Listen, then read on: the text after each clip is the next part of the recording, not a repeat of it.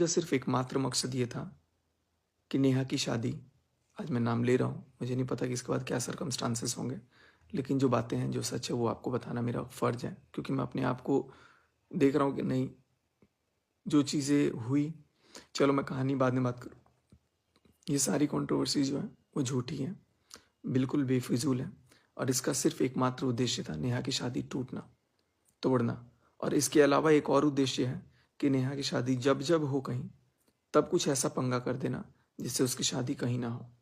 मैं जो भी बातें बोल रहा हूँ, इन सारी बातों का मेरे पास साक्ष्य है, सबूत है, लेकिन मैं उन सारी चीज़ों को यहाँ पर नहीं रख सकता क्योंकि वो खुद एक क्राइम है। कोई भी रिकॉर्डिंग मैं प्ले नहीं कर सकता क्योंकि वो एक क्राइम है। लेकिन मैं इतना ज़रूर बोल सकता हूँ, देखो अभी तक आप लोगों के माइंड में जो भी बातें हैं वो कहीं ना कहीं वो मेरे बोलने के थ्रू ही है। मैं आपको इतना बता दूं कि बहुत सारी चीज़ें हैं, बहुत सारी बातें हैं जो कि आप अगर व्हाट्सएप पे भी कुछ करते हो ना, तो ऊपर का नाम आप एडिट करके कोई नंबर डाल दोगे ना नेम की जगह, तो वो उस नंबर से वो चैट दिखेंगी, चाहे जिसका भी हो। ज़रूरत आने पे वो सारी चीज़ों का भी काम करना पड़ा था। और एक बात मैं आप लोगों को क्लियर कर दूं कि ये सारी बातें, जो भी चीज़ें हुई, ये मुझे ऐसा बोला गया था कि ऐसा ऐसा कर, ऐसा हो जाएगा, ऐसा करो, ऐसा हो जाएगा। मैं इस बात से कहीं डिसएग्री नहीं करूँगा कि कुछ बातें जो हैं वो वाक़ई में सही थी।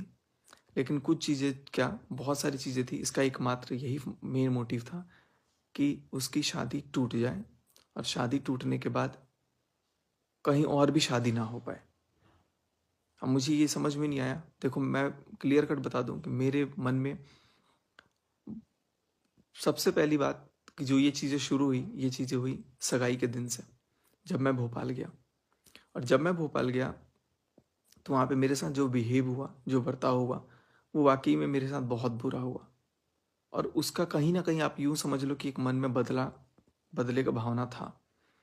कुछ दिन तक मैं सहा, कुछ दिन तक चीज़ें ठीक भी थी, और जैसे-जैसे 1 महीना गुज़रा, 6 अक्टूबर को सगाई होती है, 7 नवंबर को पहली वीडियो आती है जिसमें मैं बताता हूँ पूरे 1 महीने बाद कि भोपाल में मेरे साथ क्या हुआ था। और उस टाइम पे मैं एक कम्युनिटी डालता हूँ और उस कम्युनिटी के खिलाफ मुझे गालियाँ सुनने को मिलती है, और उसके बाद से मेरा पारा चढ़ जाता है, क्योंकि मुझे ये लगता है यार कि मैं इतना इतना सब, मुझे ये लगा था कि मैं इतना सब कुछ किया, इतना सब कुछ किया, और आज मेरी वैल्यू इतनी कम हो गई कि कोई तीसरा अगर ज़िंदगी में आ गया तो उसकी वैल्यू ज़्यादा हो रही है और मेरे को ही गाली दे दिया जा रहा है।